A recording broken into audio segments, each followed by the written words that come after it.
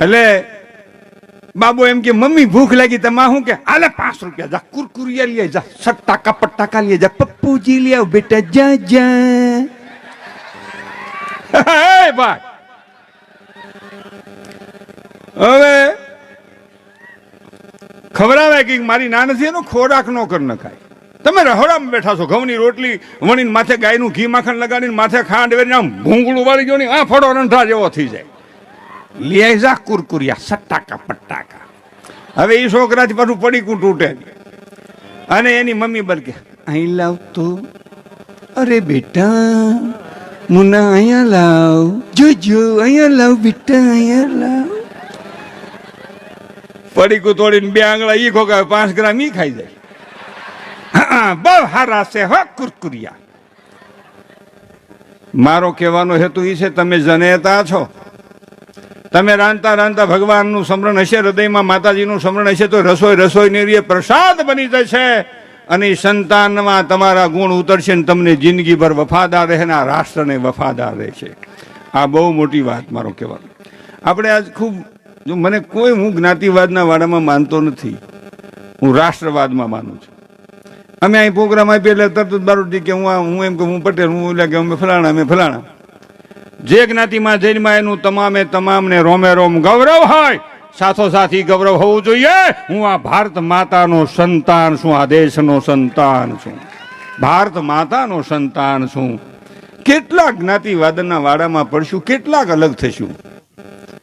આ રાષ્ટ્ર મારું ઘર છે, એમાં રહેનારો તમામ માનવ સમાજ મારો પરિવાર છે અને પરિવારનું હું એક સંતાન છું. 2 કડવા શબ્દો છે મારા. સરદારની વાત આવે એટલે આપણે એમ પડકારા કરીએ. સરદાર આપણા સમાજમાં જૈનમાં, પટેલ સમાજમાં એ 100% એનું આપણે ગૌરવ છે, પણ એ સરદાર આખા રાષ્ટ્રનો છે, મારો તમારો એકનો નથી. એ આંબેડકર આખા રાષ્ટ્રનો છે, મહાત્મા ગાંધી આખા રાષ્ટ્રના છે, આ તમામ મહાપુરુષો આખા રાષ્ટ્રના છે. મોગલ આખા જગતની માં છે, ખોડિયાર આખા જગતની માં છે, તમામ દેવીઓ આખા જગતની માં છે. તમે હું જુદા થઈને શું કરવાનું છે? કેટલાક જુદા પડશું. આ ગાવું ને કોઈ એવું નથી વેન કે હું ફલાણા દેશની ગા છું. ગાય માતા છે ને એને સેવા કરનારી વ્યક્તિઓ એની માં જાણીને સેવા કરે છે. આ વાતમાં મારે તમારે ખાસ વિચારવું પડે. આ વાતમાં વિચારવું પડે. કેટલાક જુદું થવું છે. હવે તો બધા નોખા એ જુદાઓ, ઉના જુદાઓ. આ સૈનિકો છે, કડવી વાત છે, થોડીક સહન કરવી પડશે તમારે અને આ જીવનમાં ઉતારવી પડશે. આ એક દેશમાં એક માં ધરતીના ખોળે જન્મ્યા હું તમે, અને ભાઈ આ જુદા પડી ગયા, આજે નોખા થઈ ગયા. જ્ઞાતિ હમાહમી થઈ ગઈ. શું કામ? નજીક બરકો હું તમે એક છીએ, આપણે એક છીએ ભાઈ. એક માન એક બાપ આખર છે. અહીંયા આપણે પરિવાર જુદો છે, જ્ઞાતિ જુદી છે, હાખ જુદી છે, ગામ જુદા છે, આખર તો હંતાઈનો બાપ ઈશ્વર એક છે, માં ભગવતી એક જ માં છે. આ વિચારવાની જરૂર છે. બીજી વાત, એટલો બધો પ્રશ્ન થાય કે જ્યાં જેનું શક્તિ હોય ત્યાં એનું વધારે જોર કરે હો, એના કરતા એમ કે એમ વિચારો. વટ ત્યારે કહેવાય. કોઈ પણ સમાજનું મને પ્રશ્ન નથી હો, એટલે કોઈ એવું ન ગણ ગાંઠે બાંધે. મારા ગામમાં કોઈ સાયન્સનો વિદ્યાર્થી હોય, કોઈ પણ સમાજનો, પૈસા વાકે ઈ અભ્યાસ અધૂરો મૂકીને એને મજૂરી કરવાનો વારો નથી આવતો ને. 10 થી 12 ધોરણની ફી વાકે એની જિંદગી બરબાદ નથી થતી ને. કોઈ પણ સમાજનો હોય ન્યાય એમ વિચારવું જોઈએ. બીજું એ વિચારવું જોઈએ મારા ગામમાં ગા રખડતી નથી ને. મારા ગામમાં કોઈ મા બાપ નોખી ઝૂંપડીમાં દુખી તો નથી થતા ને. મારા ગામમાં કોઈ ગરીબ માવતરની દીકરી કરિયાવર વાકે રોતી તો નથી ને. મારા ગામમાં કોઈ દવા વાકે પીડાતું તો નથી ને. આ મારા તમારા એક સમાજની વ્યક્તિની માલિકોને અભિમાન હોવું જોઈએ કે મારા ગામમાં કોઈને તકલીફ તો નથી ને. ત્યારે એક વ્યક્તિનો નહીં, તેથી આ દેશમાં રામરાજ આવે, તેથી આ દેશમાં રામરાજ આવે. આ બહુ વિચારવાનો મુદ્દો છે. પણ હવે હાલું થયું છે એવું. મેં કીધું ને એ દેશ વીર જવાનું ના, એ દેશ વીરાંગનાઓ માં એવી હોવી જોઈએ. આ શિવાજી એની માના ગુણ છે. કે પેટમાં બોઢી ન ભલે વીર રામ લક્ષ્મણ ની વાત, હે માતાજી મુખ જે દીથી ઊંઘ મૂડી તેની તે દીથી. આ માના ગુણ એ છોકરાના જીવનમાં આવે. અને એ મા બાપ આજ કેટલા મા બાપને છોકરાઓ કહે છે, હે ભાઈ તમે શું કર્યું, તમે શું કર્યું? અરે ખહુર તને મોટું કર્યું. હા ભંગાર, આવી ખબર નહોતી તું જન્મીને મોટો થઈને આમ કે એમ. નકર જન્મોથી આમ કે મવડી નાખ્યો હોત આમ.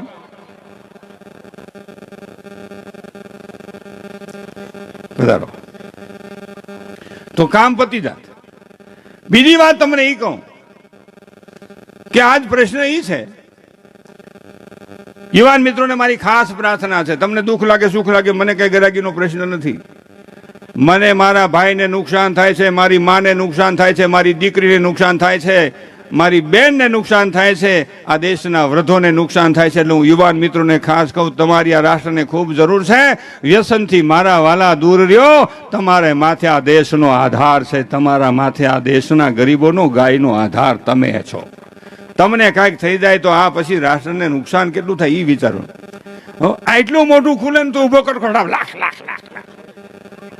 બેન દીકરીઓ બેઠા છે ને કહું કે તમારી છોકરીને કોઈ જો આવે છોકરો, દીકરી શા દેવા જાય, શા દઈને પછી મુખવાસ દેવા જાય, અને પછી દીકરીને કહેવાનું હોય છોકરાને મોટું ખુલ્લત તો આટલું ખુલ્લત કેવું આવજો ભાઈ.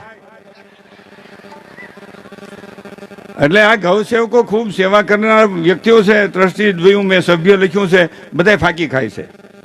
હો તમે મસાલાવાળું બાંધ ખાઓ, મસાલાવાળી ફાંકી ખાઓ જમનભાઈ, એમાં કાંઈ વાંધો નહીં. તમે ગાય માતાના સેવાકના ભેખદારી છો. અને હું તમને કહેતો નથી મૂકી દો, પણ મૂકી દો તો સારું, કારણ કે તમારા માથે ઘણા બધાનો આધાર છે. ગાય માતાનો આધાર છે. ગાય માતાનો તમને આશીર્વાદ ઉતરશે. વ્યસન મૂકીને ગુજરી ગયા એવા હજારો દાખલા નથી, વ્યસનમાં ગુજરી ગયા એવા હજારો દાખલા છે. એટલે માપે રાખવું. અને અહીં પાછા ફાર્મ હાઉસ છે, ખૂબ સારું છે, બહુ સારું છે. ફાર્મ હાઉસ ફરવાનું સ્થળ છે, પણ એ ફાર્મ હાઉસમાં બીજું કાંઈ ન થાય એ ખાસ જોવું. એવું આમને આ તો દાંત કાઢવાની વાત નથી. અમારે ફાર્મ હાઉસ છે, ફાર્મ હાઉસ પહેલેથી જ.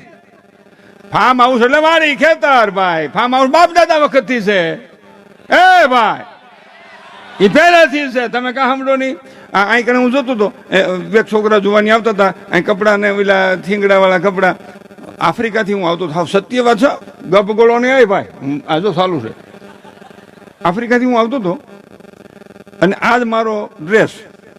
એટલે નાયરોબીના એરોરામાં બાબાઈ બધા દાંત કાઢે. મારી જેવું એક જ જનાવર આટા મારે, મારી હમા દાંત કાઢે, હું એની હમા દાંત કાઢવા. આપણે ક્યાં છોકરાની માસી છે, ભલે દાંત કાઢે, આપણો તો કઈ હાટું ભાઈ નથી ત્યાં.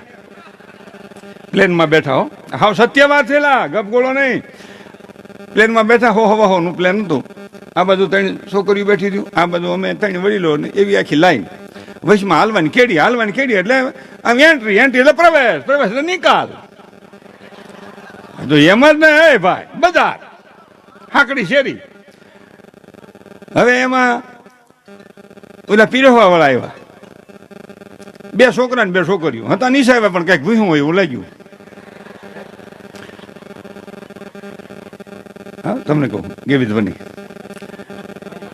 એટલે ભૂહવામાં માપ રાખું. બેનું ખાસ કહું, બ્યુટી પાર્લરમાં જાઉં, મારી નાનાથી જાવું, નાની બેનું જાવું ખાસ, પણ બાપુજીને ઘરવાળાને હપ્તા સડી જેવું ન કરવું.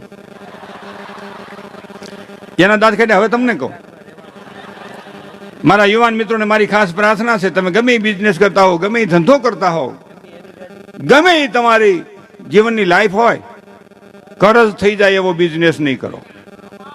કરજ થઈ જાય એવો બિઝનેસ નહીં કરો. આ મારી ખાસ પ્રાર્થના છે. અને કમાણીથી વધુ ઓવર નહીં આલો. હરીફાઈથી નહીં જીવો. કોઈ 5000 ના બૂટ પહેરીને આટા મારતો હોય ને, વેત હોય તો 7.5 લઈ લેવા. નકર તેણી હે ના આ પેલા પડ્યા તો પડ્યા.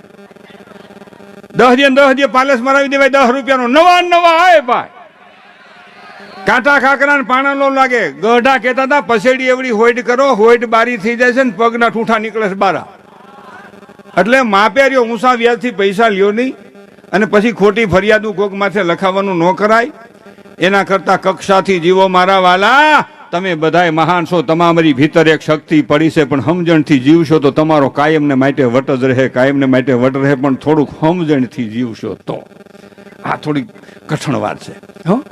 અને પછી જો કેટલા આપઘાતના કેસ થાય જમનભાઈ, સાપુ ખોલો ને 2-3 તો ટીંગાઈ ગયા, મરી જવું પડ્યું રે નહીં સાનું મનું મરીને શું છે, 30 કાઢી નાખ્યા. હવે 30 કાઢી નાખીને આમ તો 60 સટકવાનું છે હો.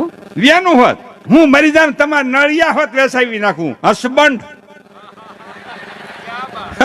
બા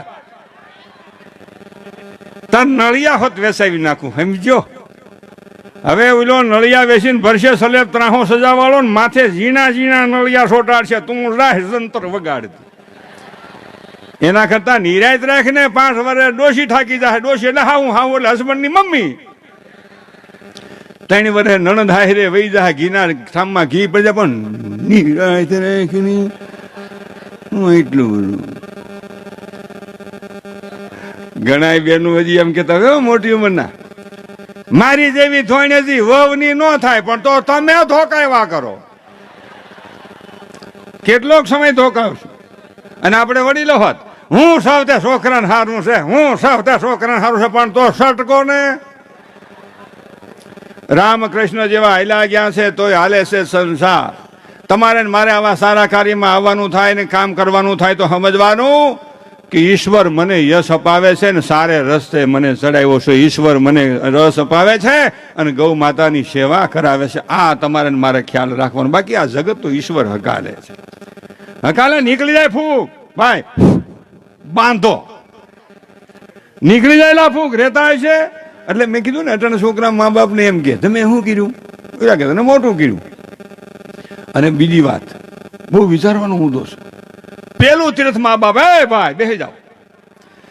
પેલું તીર્થ મા બાપ. ઘેરેથી આંગણેથી કામે ધંધે ઓફિસે નોકરીએ જાઓ ને 1 મિનિટ ખાલી મા બાપ પાસે પૂછીને જાઓ, ઉભા રહીને જાઓ. પૈયા ન લાગો તો કાંઈ નહીં, ખાલી આમ કહીને જાઓ કે બા બાપુજી બહાર ગામ જાય છે, ધંધે જાય છે, ઓફિસે જાય છે, નોકરીએ જાય છે, બહાર ગામ જાય છે, સાંજે આવતા રહ્યું, સાંજે નહીં કાલે આવશું, મારી ચિંતા કરતા નહીં. ખાલી આટલું કહીને જાઓ ને વૃદ્ધ મા બાપ રાજી રાજી થાય હો.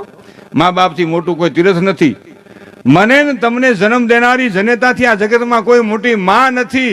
અરે કુળદેવી છે તો બ્રહ્માની જગતની માની માં છે.